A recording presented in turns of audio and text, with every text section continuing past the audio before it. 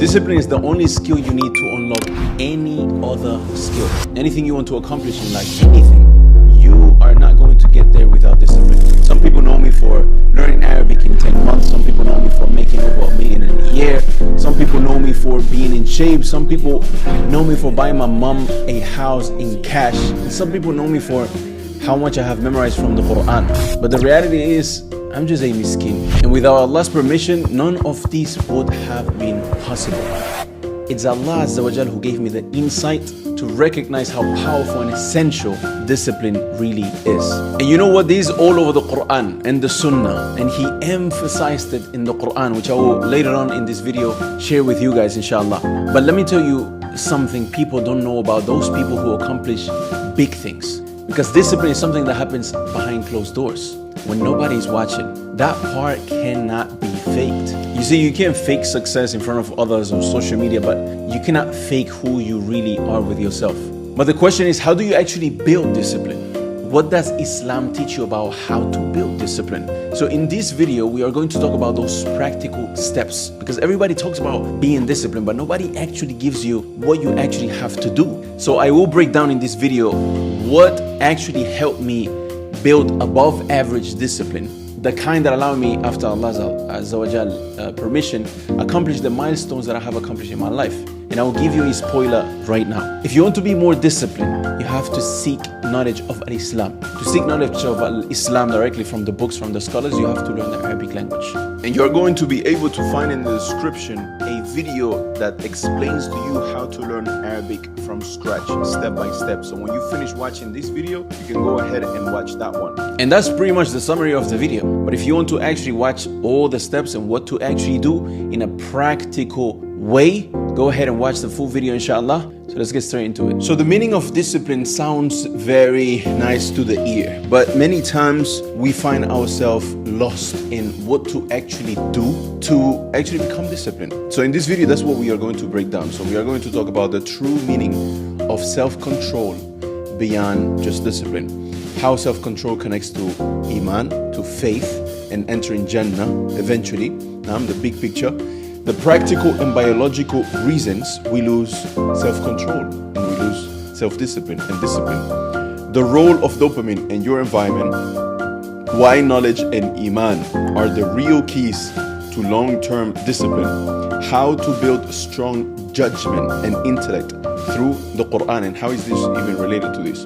And how learning Arabic connects you directly to deeper knowledge of Islam, knowledge of Allah Azza wa Jal. So let's get straight into it. Discipline is not just, a skill that is nice to have or is an optional thing, but rather is a skill that you cannot build any other skill. You cannot learn any other thing. You cannot achieve anything in life except with this skill, discipline. So it's a requirement for you to just be a above average person in anything you are trying to accomplish. And in a bigger picture is the thing you need to actually enter Jannah, is the skill that distinguish you to make you a better Muslim, to make you a practicing Muslim, to make you a Muslim upon the deen. It all goes back to discipline. We call it discipline.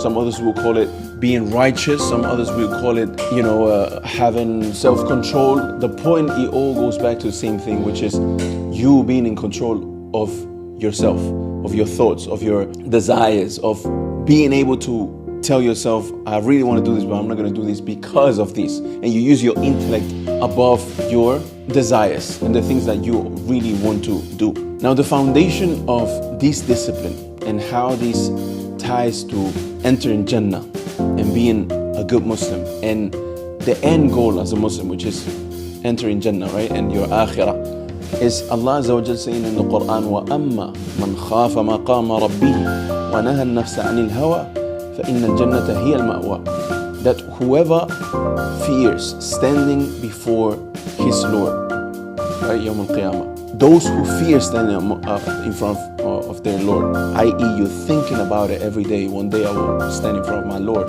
Let me make sure I don't do this, because one day I will have to tell my Lord what I did, why I did this. So for somebody who fears this, i.e. he is righteous, right? Or he's trying to be, just like all of us, really. And restrained the soul from desires, the paradise will be his refuge. There's two things that will lead you there. Fearing the day that you are standing in front of your Lord. Secondly, restrain the soul from desires. Those who naha nuffs anil hawa. Naha nuffs anil hawa. They prohibit, they forbid their nuffs by grabbing it by the neck from al-hawa, from desires. Now desires come in many different manners.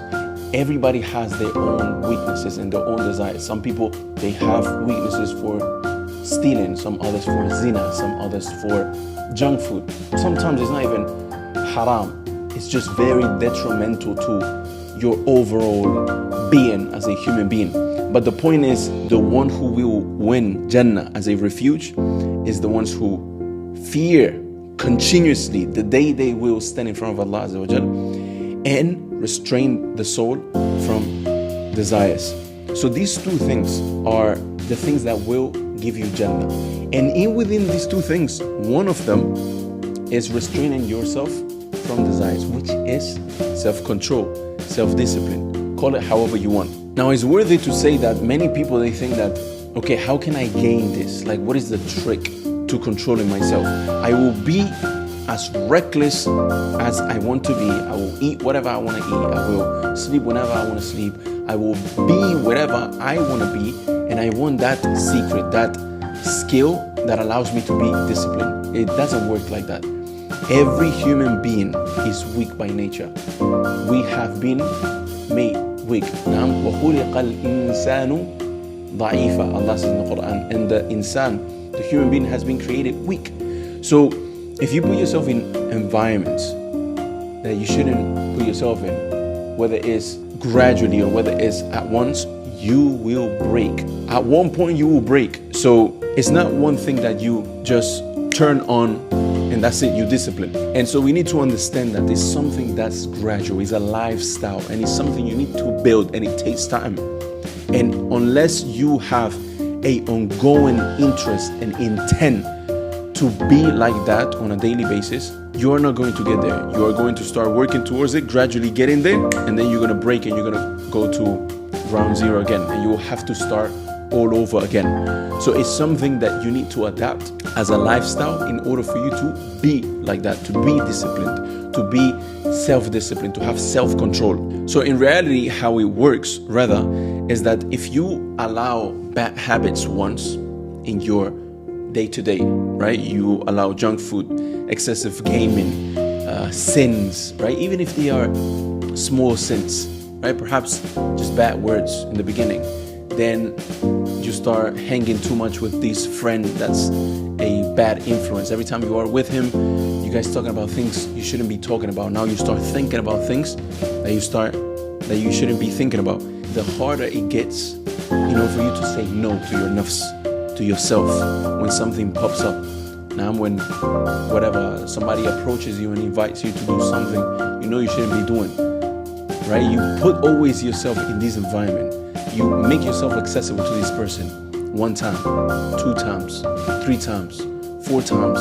Before you know it, the 5th time, it's going to start becoming normal. You're going to start laughing about it. The 6th time, you're going to try and make sense in your head about how this could be halal and maybe not be that bad, until you fall into it, until you do it twice, until you do it 3 times, until you become it. So the cycle is not like from one day to another. Just like gaining discipline is not from one day to another. It's not something you switch on. The same thing, losing self-discipline, if you have gained it a little bit, will happen gradually as well. So that's how the cycle works. And it's more about spoiling yourself, right? Spoiling your nuffs. Like if you have to look at your nuffs like a baby or like a kid. If you allow your nuffs to do whatever it asks for, now you feel like you want to do this. In your intellect, in the back of your head, in your logical mind, you shouldn't be doing this. So you go ahead and and just let your nuffs have it. Okay, khalas, I'll just so I can feel a little better, and then I will get to work. But it don't work like that. You let it be once. The second time, your nuffs knows you're weak. He's just gonna ask you for it again.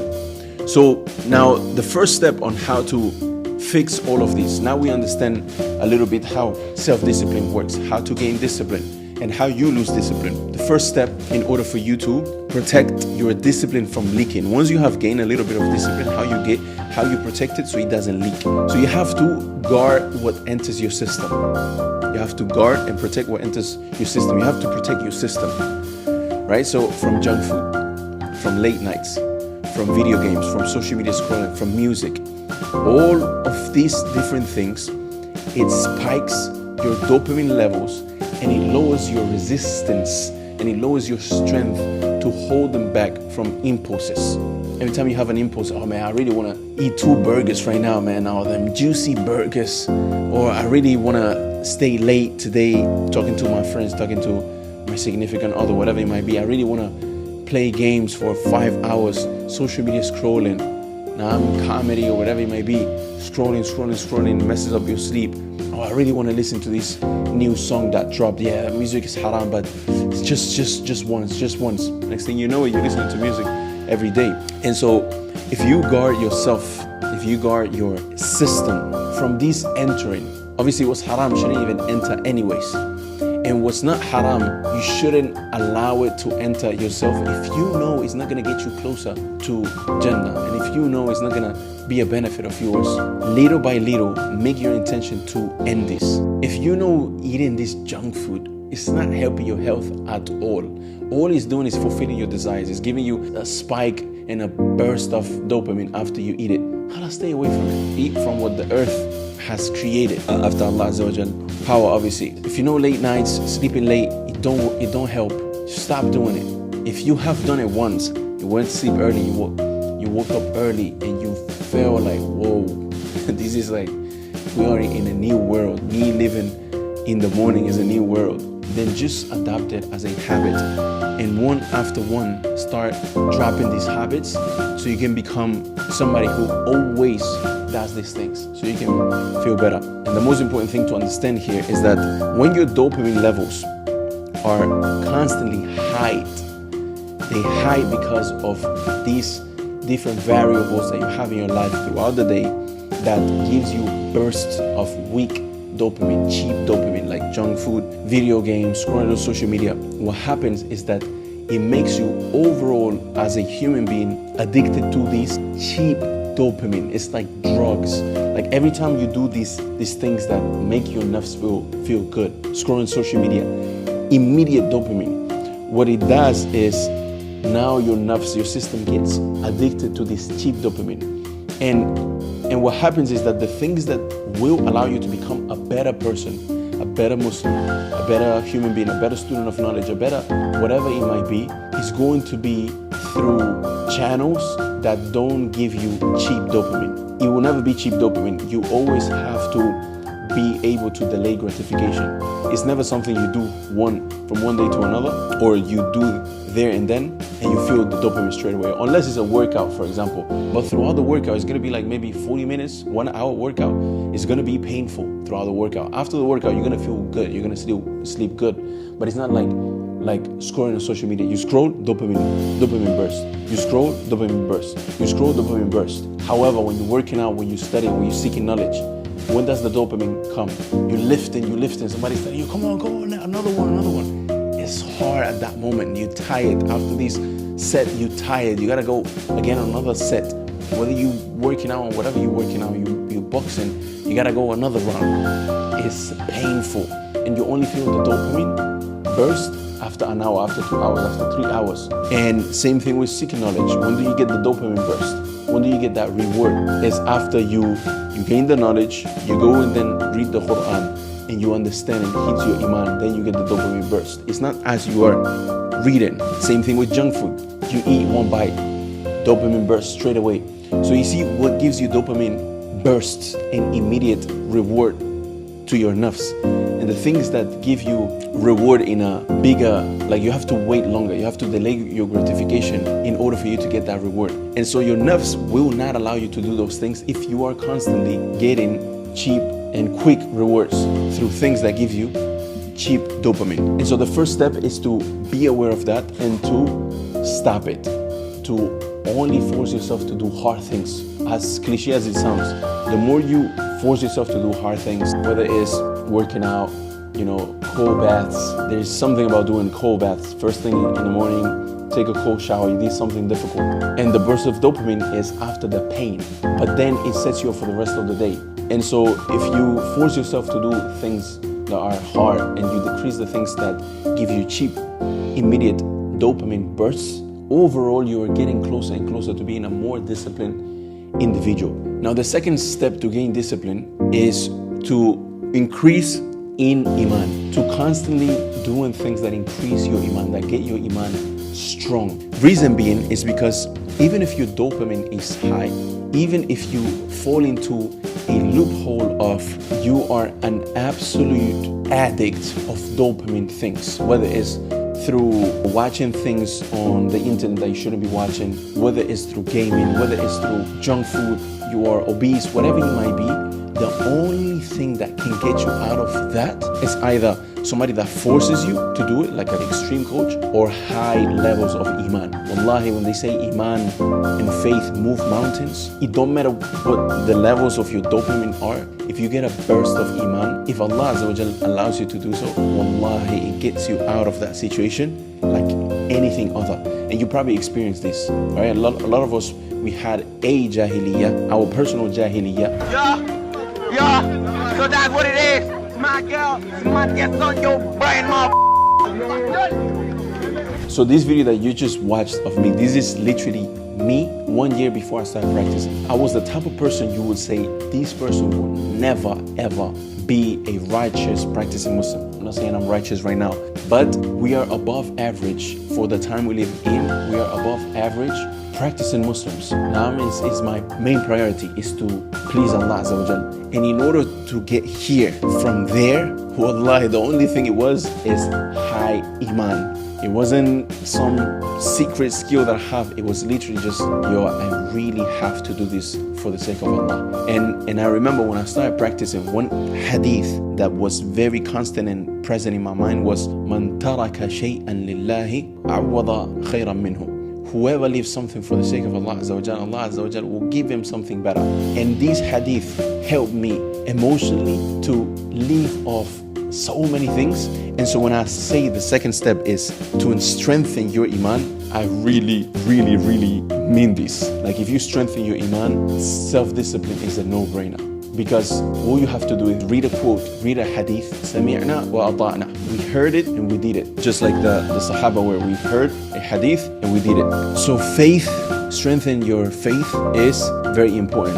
And the reason why is because if you compare it against the opposite, you will see that cheap dopamine, it weakens your system, it weakens your thinking. Because now you're thinking of doing something and you say, I know it's not good, but khalas, I'll just do it. You go against your intellect. So you're doing dumb things pretty much. You are becoming more and more retarded because you are following your desires. You're not following your intellect. When you don't follow your intellect, you do things that don't make sense. If you do things that don't make sense, you're basically becoming dumber and dumber. So it makes your body lazy then because you have weak thinking. So you do things, for example, eat things that you know it will crash your energy. So now your body is lazy. And so you become somebody that has poor judgment. So as we said, having a strong faith will give you the craziest and strongest discipline.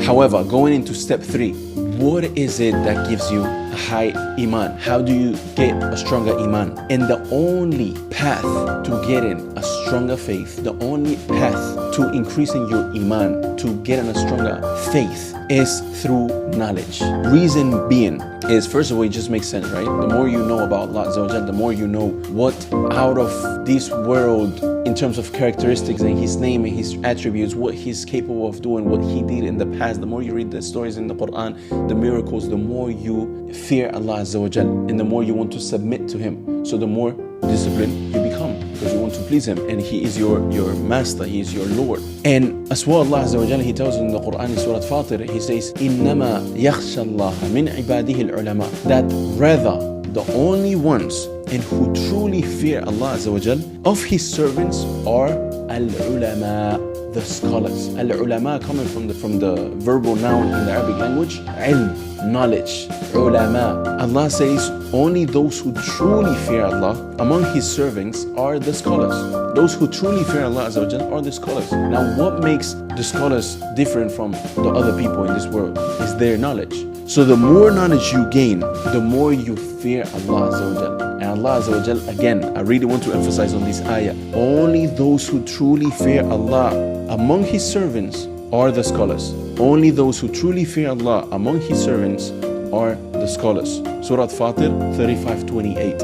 And so the more knowledge you have, the more you fear Allah Azza wa Jal. It just only makes sense. And the more you fear Allah Azza wa Jal, the more you become disciplined. Because most of the things that hurt yourself, Allah Azza wa Jal already prohibit them, or dhammaha, or He has looked or spoken about in a negative way in the Quran anyways. Like, it's not good for you anyways. So the more knowledge you have, the more self-control you have, self-discipline, the more you have of a better judgment, because your judgment will align with Allah Azza wa Jal, with Allah Azza wa Jal will, with what He wants you to do. And the more you will have a sense of guilt when doing unproductive things. This is why Allah Azza wa Jal says in the Quran, Ya Yahya, khudhi al-kitaba biquwwa wa ataynahu al-hukma sabiyya. He says, oh Yahya, take this book with strength, what was revealed to him. And ataynahu, and we gave him a sound judgment while still a boy. Meaning he became mature, he had a sound judgment. He thinks like a man, like a stoic, responsible man when he was a child, when he was a boy, because he took this book with strength. So holding on to the Quran, onto the revelation of Allah Azza wa Jal, will give you a clear understanding of good and bad. And if you have a good understanding of good and bad, aligned with what Allah Azza wa Jal wants you to do, then it will develop your intellect, and it will develop a self-control thing. Because the more intellect, the more logical you think, these won't please Allah. The more you're going to feel stupid doing it, or even thinking about doing it. And so that makes you become a more stoic man, a more responsible man, a more disciplined man that wants to please Allah Azza wa Jal. And every little thing that you do in this world is aligned with Allah Azza wa Jal will. So the summary of this is that you have to first protect your dopamine levels, then strengthen your Iman, and then gain knowledge. If you protect your dopamine levels, at least intellectually, like just know that this hurts you, right? Which I'm pretty sure if you watch until here, we are on the same page in terms of knowing that these cheap dopamine things, junk food, gaming, social media, it weakens your system. Second thing is strengthen your Iman. Are we on the same page? That you have to strengthen your Iman. If you have high Iman, it don't really matter anything else, because everything will lead you to wanting to please Allah Azza wa Jal. And third thing, how do you get high Iman? Is by gaining knowledge. إِنَّمَا يَخْشَى اللَّهَ مِنْ عِبَادِهِ الْعُلَمَاء. Only those who fear Allah Azza wa Jal, or those who truly fear Allah Azza wa Jal, are the scholars. The more you get closer to them, the more knowledge you gain, the more self-control, the more fear of Allah Azza wa Jal you gain. So in order for you to access the real raw knowledge, the heavyweight knowledge, you have to know the Arabic language. You have to know the Arabic language. That's if you want to be a above average type of person. If you want to stay on the average, typical, reminders on social media and so on, and you want to live your life like that, that's fine. But if you want to access the books you see in the background, you want to access the scholars, you want to be able to call them directly, you have to learn the Arabic language. The first step to knowledge will always start with the Arabic language. So if you want to learn the Arabic language, go ahead and watch the first video in the description, or the first pinned comment, or this video right here is the same one. Go ahead and click it. So if you want to be more disciplined, you have to gain more fear of Allah Azza wa Jal. If you want to gain more fear of Allah Azza wa Jal, you have to gain more knowledge. If you want to gain more knowledge, you have to do the first step of gaining knowledge, which is acquiring the first tool that will give you access to that knowledge, which is the Arabic language. And I'll see you guys on the next one. Assalamu alaikum.